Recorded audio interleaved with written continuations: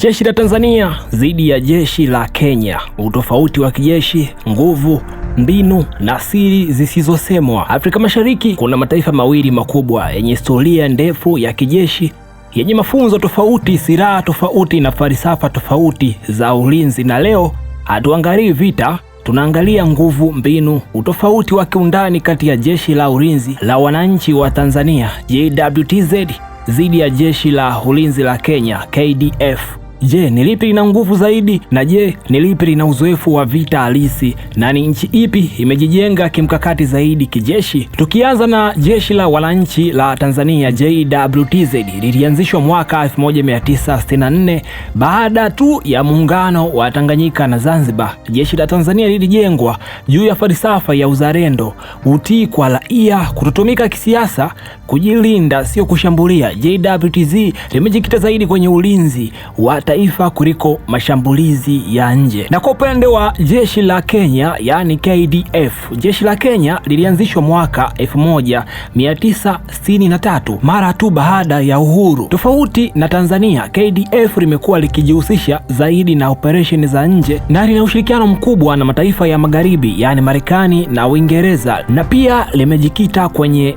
counter terrorism.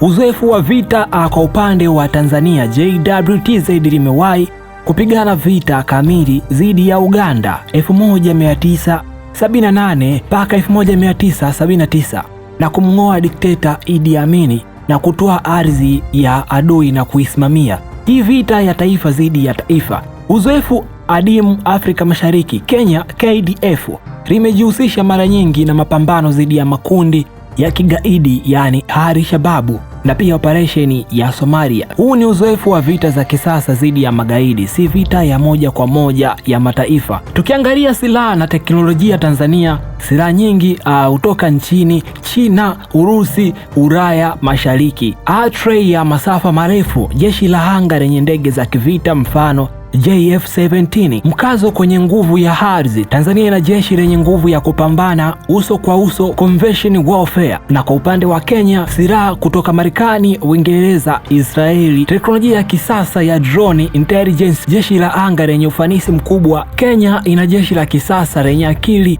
technology based warfare. Tukiangalia kwenye mafunzo na nidhamu, JWTZ mafunzo ya muda mrefu, nidhamu kali. Askari wengi hawajihusishi na siasa, wananchi wengi uliamini jeshi lao la JWTZ. Na kwa upande wa Kenya, yani KDF, mafunzo ya kisasa, ushirikiano na majeshi ya nje, lakini limewahi kukumbwa na lawama za rushwa, changamoto za uaminifu kwa raia. Ni nchi ipi ambayo inazidi mwingine? Tanzania inazidi Kenya kwa vita kamili ya taifa kwa taifa, ulinzi wa ardhi, ground warfare, nidhamu na kutokuwa na siasa. Kenya inazidi Tanzania kwa teknolojia ya kijeshi, intelligence and drone warfare, ushirikiano wa kimataifa, vita dhidi ya ugaidi. Hitimisho, Tanzania na Kenya si maadui, bali ni majirani wenye njia tofauti za kujilinda. Tanzania imejenga jeshi la nguvu, subira na ulinzi wa taifa. Kenya imejenga jeshi